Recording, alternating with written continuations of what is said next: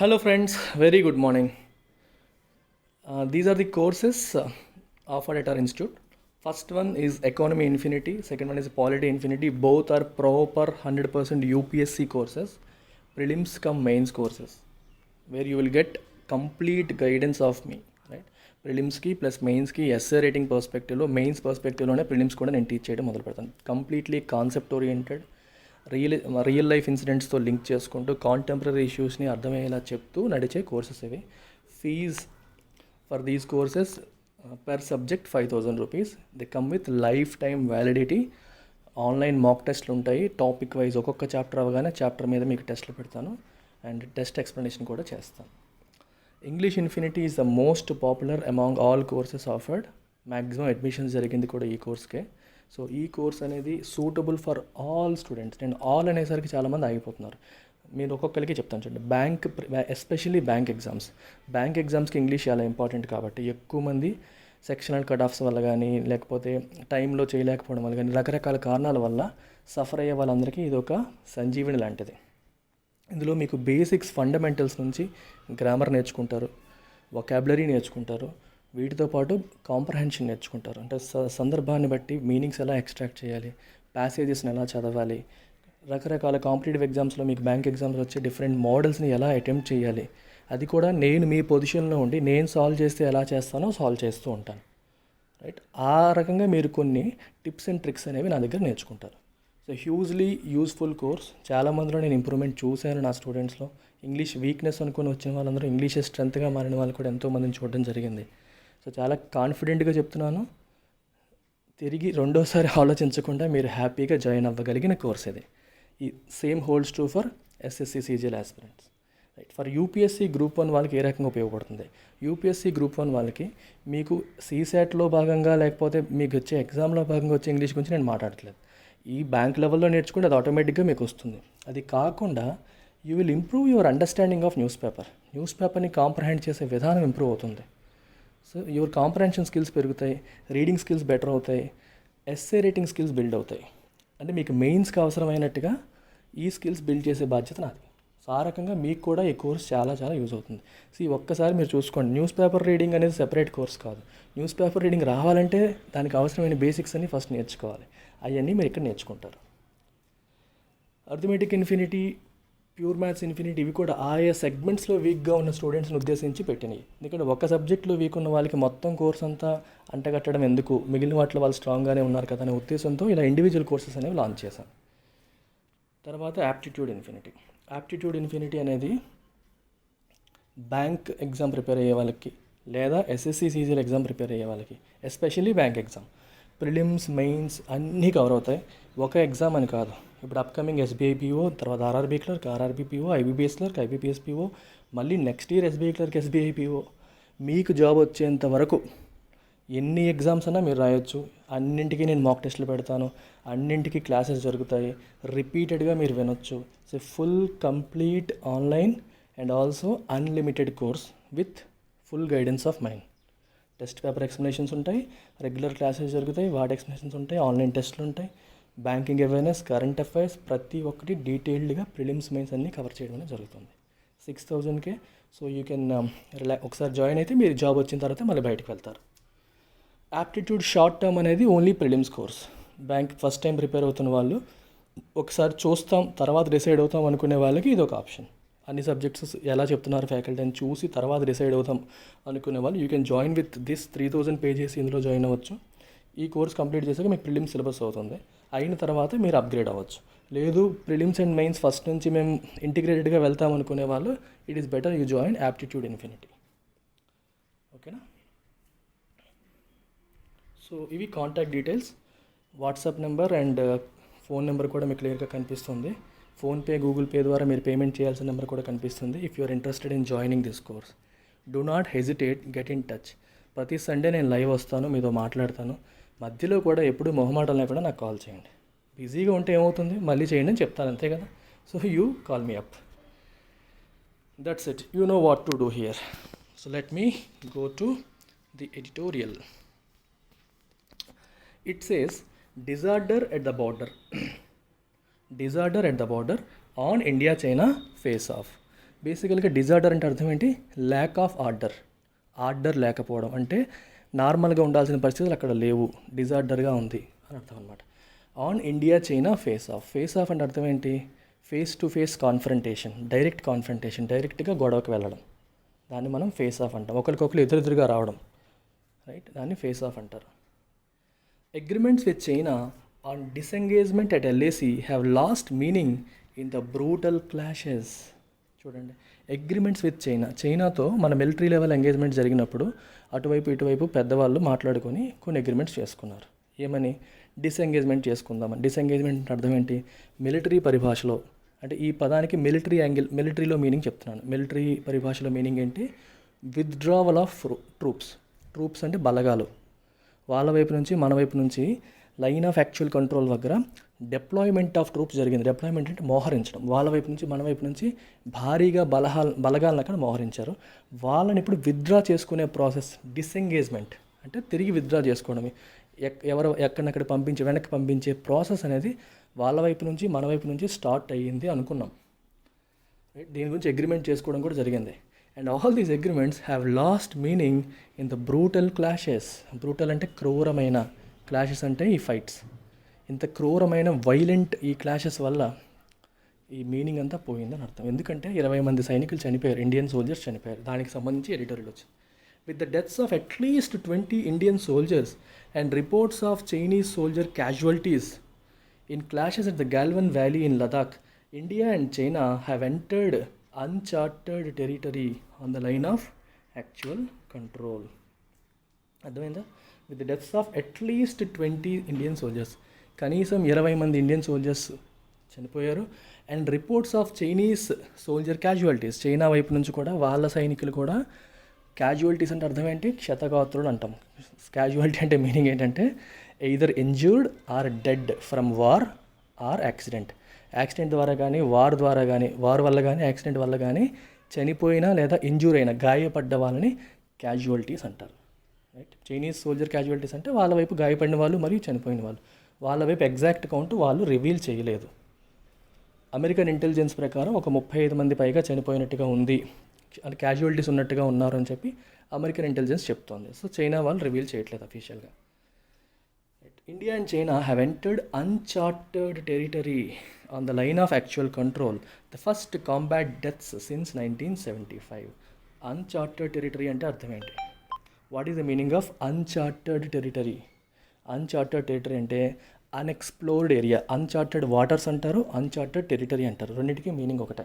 అంటే a situation which you have no experience whatsoever, which you have not experienced earlier. ఇంతకుముందు మనం experience చేయండి, మనకి అవగాహన లేనిది, మనకి ఏమాత్రం ఎక్స్పీరియన్స్ లేని సిచ్యువేషన్స్ మనం అలాంటి పరిస్థితుల్లో మనం వెళ్ళామనుకోండి, దాన్ని అన్చార్టెడ్ టెరిటరీ అంటారు. అర్థమైందా? That is how you will understand this. అంటే మనకి ఎప్పుడు అలవాటు లేని పని ఒకటి చేసాం అనుకోండి, దెన్ యూ కాల్ ఇట్. అంటే చిన్న వాటికి అనరు, పెద్ద విషయాలకి అంటాం. అలాగే ఇండియాకి చైనాకి మధ్యలో 1962 ఇండియా చైనా వార్ తర్వాత శాంతియుతమైన వాతావరణం నెలకొన్నది. తర్వాత ఎప్పుడు ఇలాంటి క్లాషెస్ జరగలేదు, చనిపోవడాలు జరగలేదు. బేసికల్గా అంటే ఎక్కువ మంది చనిపోవడం అనేది జరగలేదు. ఈ రోజుకి మళ్ళీ పెద్దగా క్లాషెస్ జరిగి అది చావులకు దారితీయడం కూడా జరిగింది. సో కాబట్టే we call it an Uncharted territory. అర్థమవుతుందా? సిచ్యువేషన్ దట్ యు అన్చార్టెడ్ అంటే అన్ఎక్స్ప్లోర్డ్ అని అర్థం అనమాట. టెరిటరీ అంటే భూభాగం, వాటర్స్ అంటే వాటర్, రెండింటికి వాడచ్చు. అంటే ఇంతకుముందు మనకి ఎక్స్పీరియన్స్ లేనిది, అనుభవం లేని విషయాలు అని అర్థం అనమాట. On the line of actual control. What is this line of actual control? 1962 war తర్వాత ఇండియా చైనా అగ్రీ అయిన బార్డర్ని మనం లైన్ ఆఫ్ యాక్చువల్ కంట్రోల్ అంటాం. ఇష్యూ అంతా ఇక్కడ ఇది క్లియర్గా డిమార్కేట్ చేయలేదు. సో చైనా వాళ్ళ పర్స్పెక్టివ్లో లైన్ ఆఫ్ యాక్చువల్ కంట్రోల్ ఒకటి, మన పర్స్పెక్టివ్లో లైన్ ఆఫ్ యాక్చువల్ కంట్రోల్ ఒకటి, రెండు ఒకలా లేవు.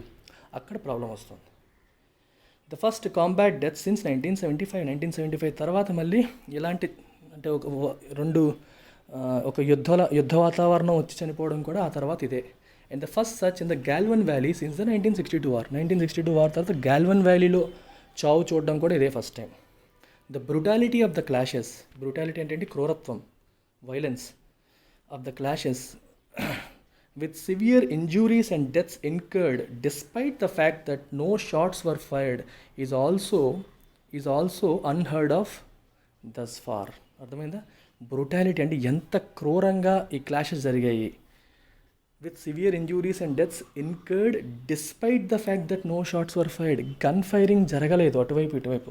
గన్ ఫైరింగ్ జరగకుండా ఇంతమంది చనిపోవడం మరియు దెబ్బలు తినడం జరిగిందంటే ఎలా జరిగినట్టు? రాళ్లతో కొట్టుకోవడం, కర్రలతో కొట్టుకోవడం జరిగింది.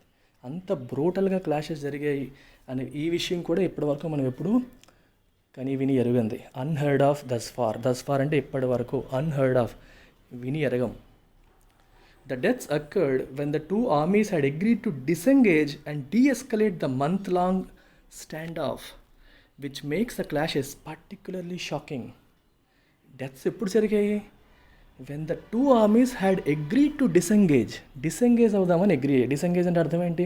విత్డ్రా, ట్రూప్స్ని విత్డ్రా చేద్దామని ఒప్పుకున్నాయి. ఈ విత్డ్రాల్కి ఇంకో పదం చెప్పాం, నేర్చుకున్నాం ఇంతకుముందు. Drawdown, DRAWDOWN. డ్రాడౌన్ అన్నా డిసెంగేజ్మెంట్ అన్న మిలిటరీ పరిభాషలో ఏంటి? విత్డ్రావల్ ఆఫ్ ట్రూప్స్, బలగాన్ని విత్డ్రా చేసుకోవడం. దీనికి ఆపోజిట్ ఏంటి? Deployment of troops. డిప్లాయ్ అంటే ఇంకా అక్కడ మోహరించడం, చేర్చడం. అండ్ డీఎస్కలేట్ అంటే అర్థం ఏంటి? ఎస్కలేట్ అంటే అర్థం ఏంటి?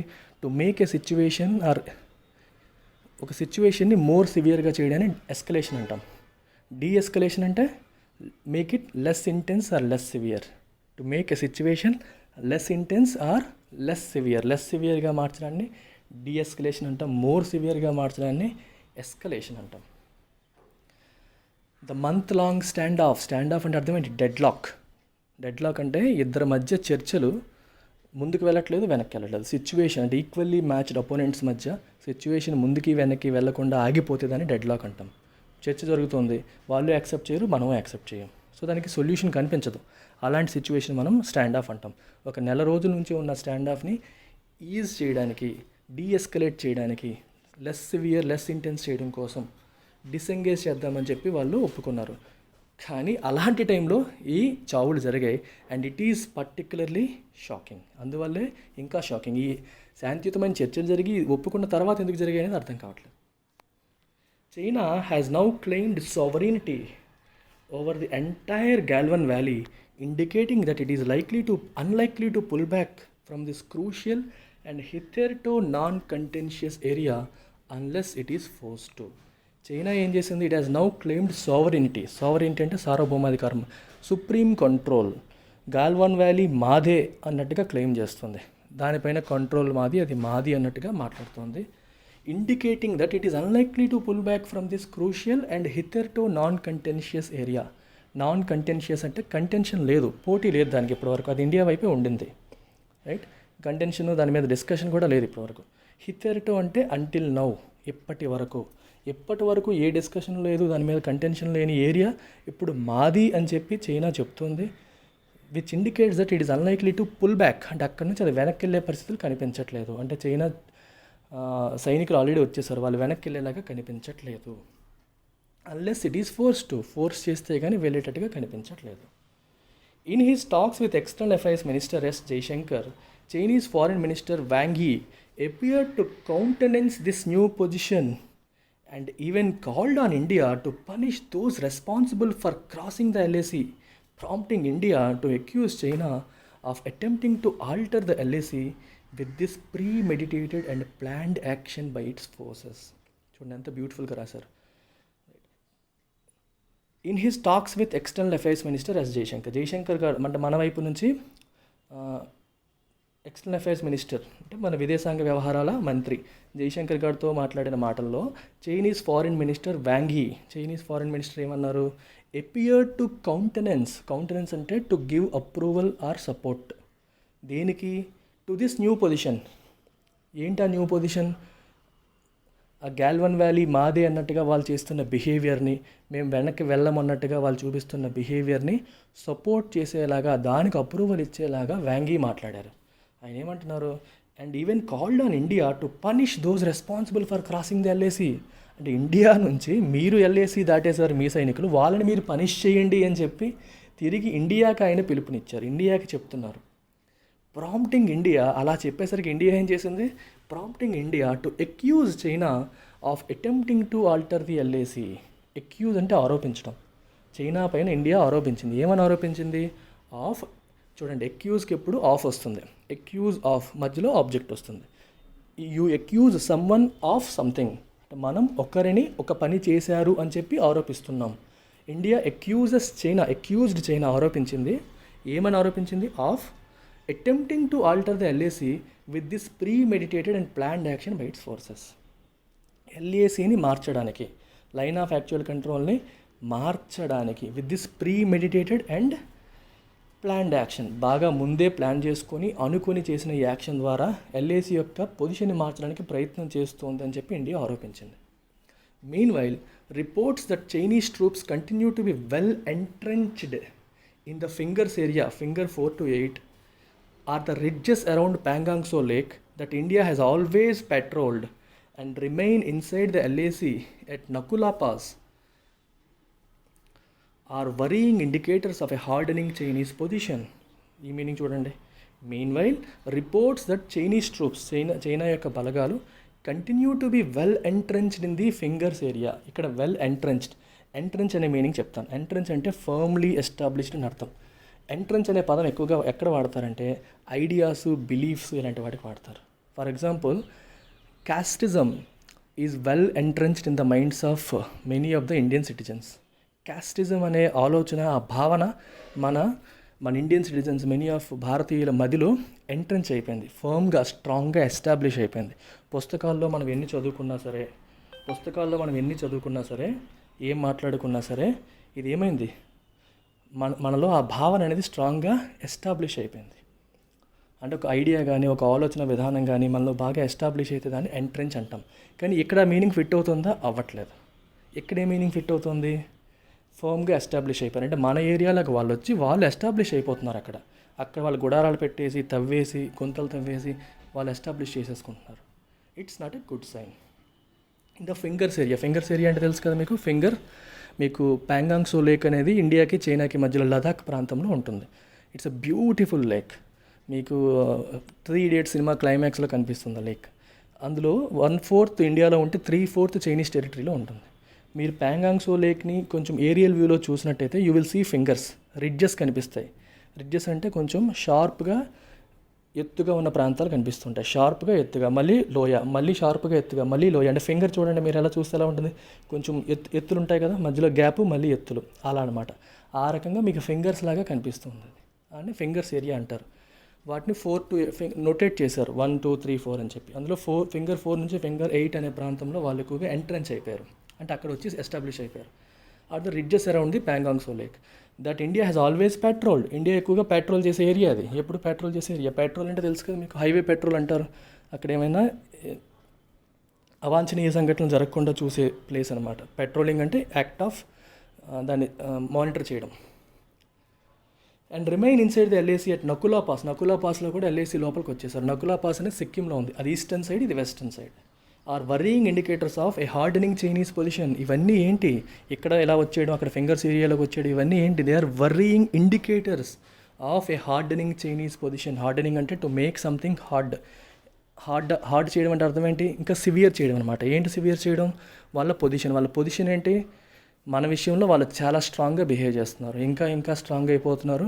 అంటే ఇంకా మనల్ని ఇబ్బందికరమైన పరిస్థితులు, అంటే మన ప్రాంతంలోకి ఎంటర్ అయ్యి ఒక పొజిషన్ తీసుకొని ఇది మాది అని చెప్పి, మీ వాళ్ళు మా వైపు వస్తున్నారని చెప్పి మాట్లాడుతూ ఇంకా అది పెరుగుతుంది, హార్డ్ అయిపోతుంది, సివియర్ అవుతుంది అని అర్థం. While prime minister Modi strong statement on Wednesday of a befitting reply and of the sacrifices of the soldiers that would not go in vain is a much needed expression of the national sentiment. Simply extracting revenge does not appear to be the answer to the altered situation across the LAC. చూడండి ఇక్కడ ఏం చెప్తున్నారు, while prime minister Modi strong statement on Wednesday of a befitting reply.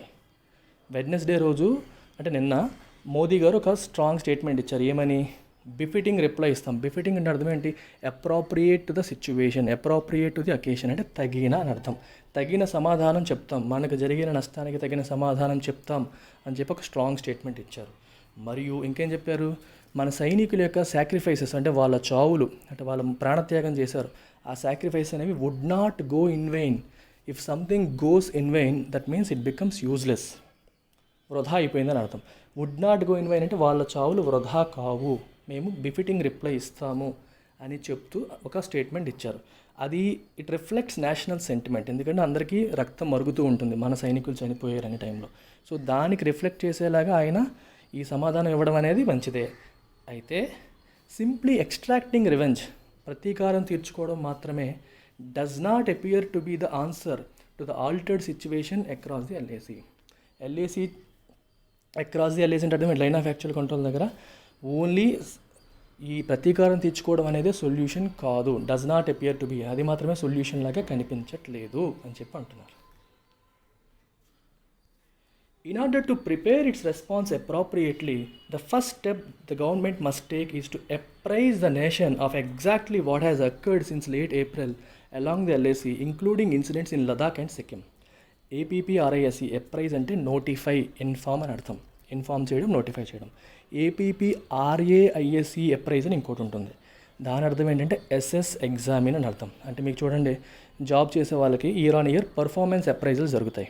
APPRAISE అనమాట, అది ISAL అంటే నీ 1 year పర్ఫార్మెన్స్ని examine చేస్తారు, పరీక్షిస్తారు. ఎలా ఉంది, బాగా చేశాడా లేదా, ఎంత హైక్ ఇవ్వచ్చు, ప్రమోషన్ ఇవ్వచ్చా లేదా, ఇలాంటి విషయాలు పరిగణలోకి వాళ్ళ పర్ఫార్మెన్స్ని అప్రైజ్ చేసి చెప్తారు.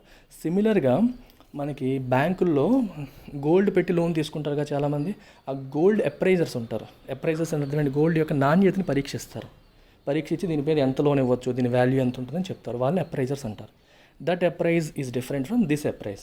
APPRAISE అప్రైజ్ అంటే నోటిఫై ఆర్ ఇన్ఫార్మ్ అని అర్థం. Appraise the nation of exactly what has occurred since late April across the LAC, including incidents in Ladakh and Sikkim. Ladakh మరియు సిక్కింలో జరిగిన ఇన్సిడెంట్స్తో పాటు మొత్తం ఏప్రిల్ చివరి నుంచి ఇప్పటి వరకు ఏం జరుగుతుంది బార్డర్ దగ్గర, LAC దగ్గర అనే విషయాన్ని గవర్నమెంట్ ప్రజలకి, దేశానికి ఇన్ఫార్మ్ చేయాలి అని మొదటిది. ఎందుకు? In order to prepare it's response appropriately, మనం ఎలా రెస్పాండ్ అవ్వాలి అనే విషయాన్ని ప్రిపేర్ అవ్వడానికి ఫస్ట్ ఇది చెప్పాలి. అప్పుడు అందరికీ తెలుస్తుంది, దేశంలో ఉన్న ఇంకా ఎవరైనా మేధావులు కానీ ఎవరు ఎక్స్పర్ట్స్ కానీ వాళ్ళ సలహాలు వాళ్ళు ఇచ్చే అవకాశం ఉంటుంది. Monday's clashes have put an end to claims that Chinese troops have not entered Indian territory. బ్రాకెట్లో ఏం రాశారు? They have. మండే యొక్క క్లాషెస్ అనేవి have put an end, right, దేనికి? That Chinese troops have not, to claims that Chinese troops have not entered Indian territory, that troops have disengaged and that the situation was being de-escalated. ప్రభుత్వం ఏం చెప్తూ వస్తుంది?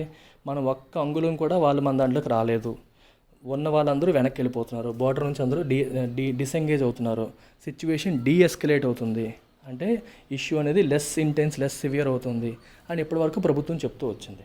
అవన్నీ కూడా ఆ claims అన్నిటికీ Monday జరిగిన క్లాషెస్ అనేవి ఎండ్ పెట్టేశాయి. అంటే అర్థం ఏంటి? అవన్నీ నిజాలు కాదు, వాళ్ళు యాక్చువల్గా ఎంటర్ అయిపోయారు అని మనకిప్పుడు తెలుస్తుంది. The government must conduct a full investigation of the Galwan clash and put out clear details of the lives last. ఆ క్లాష్కి సంబంధించిన ఫుల్ ఇన్వెస్టిగేషన్ చేయాలి, క్లియర్ డీటెయిల్స్ అనేవి బయటికి చెప్పాలి, ఎవరెవరైతే చనిపోయారో వాళ్ళకి సంబంధించిన అన్ని విషయాలు బయటికి చెప్పాలి. ఏ ట్రూ ట్రిబ్యూట్, ట్రిబ్యూట్ అంటే నివాళి, టు దోస్ సోల్జర్స్, ఆ సోల్జర్స్కి మనం ఇచ్చే ఘనమైన నిజమైన నివాళి ఏంటి?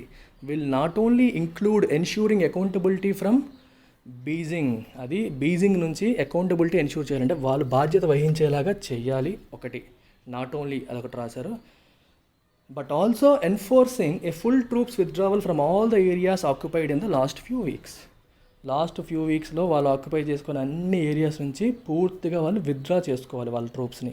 ఈ రెండు చేస్తేనే అప్పుడు వాళ్ళ చావులకి మనం, అంటే వాళ్ళకి మనం ఘనమైన నివాళి ఇచ్చినట్టు. చూడండి ఇక్కడ నాట్ ఓన్లీ బట్ ఆల్సో గుర్తుపెట్టుకోండి ఎప్పుడు కూడా. విల్ నాట్ ఓన్లీ ఇంక్లూడ్, ఇక్కడ చూడండి ఎన్ష్యూరింగ్ అన్నాడు, ఇక్కడ ఎన్ష్యూరింగ్ అంటే ఇంక్ ఫామ్ వచ్చింది కదా, ఇక్కడ కూడా అలాగే రావాలి, but also enforcing.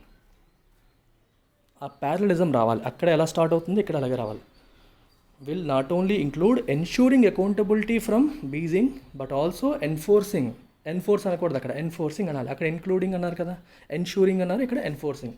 A full troops withdrawal from all the areas occupied in the last few weeks.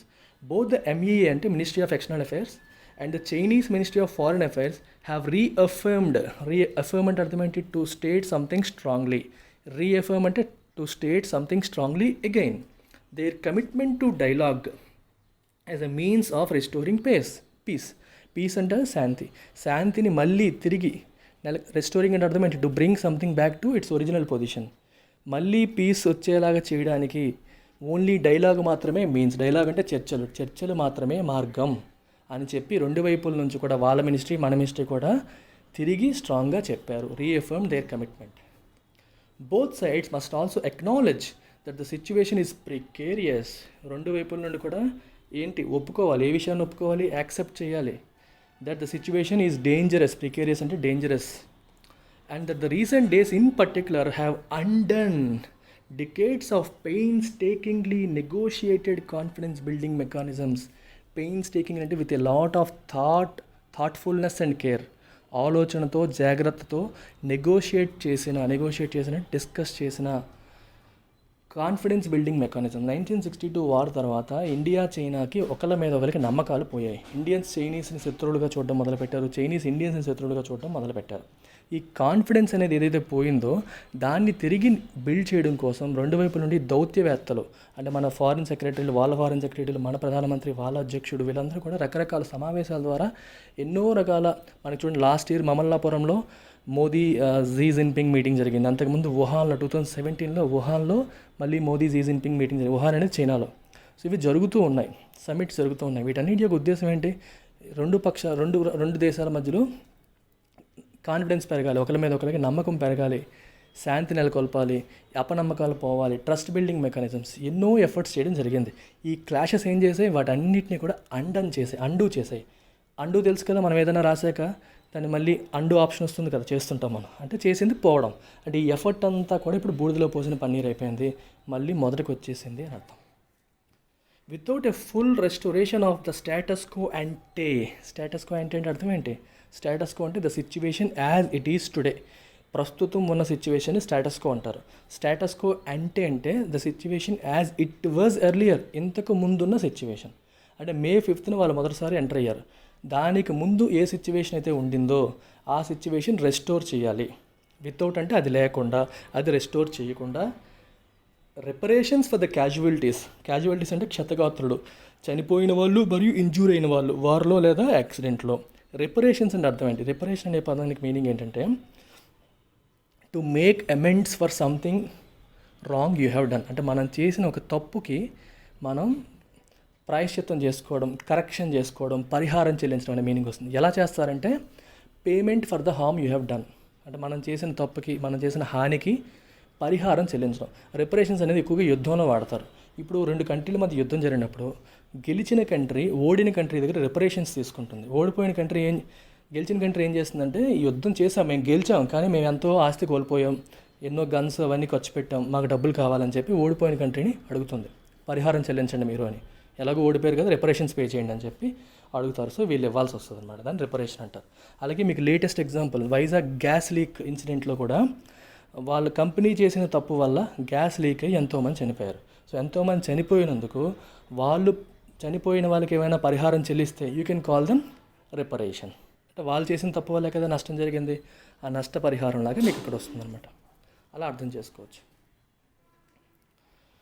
As well as some honest commitment to abide fully by the agreement, fully by any agreement. Talks with Beijing at this point might not mean more than empty words. చూడండి, without link చేయండి ఇవన్నీ. Full restoration of status quo అంటే జరగాలి అంటే May 5th ముందు పరిస్థితి మళ్ళీ restore అవ్వాలి. Reparations for the casualties, already దెబ్బతిన్న చనిపోయిన వాళ్ళకి రిపరేషన్స్ ఇవ్వాలి. As well as some honest commitment to abide fully by any agreement, చేసుకున్న అగ్రిమెంట్కి అబైడ్ అంటే ఫాలో అయ్యేటట్టుగా ఆనెస్ట్ కమిట్మెంట్ ఇవ్వాలి. ఇవి లేకుండా టాక్స్ విత్ బీజింగ్, ఇవి లేకుండా చైనాతో మనం చేసుకునే చర్చలు at this point might not mean anything more than empty words, only డొల్ల మాటలు, అంటే ఉపయోగం లేని మాటలే తప్పితే దానివల్ల ఎటువంటి మీనింగ్ లేదు, ఎటువంటి ఉపయోగం లేదు. ఇవన్నీ మొదట జరగాలి అని చెప్పి అంటున్నారు. Thank you very very much.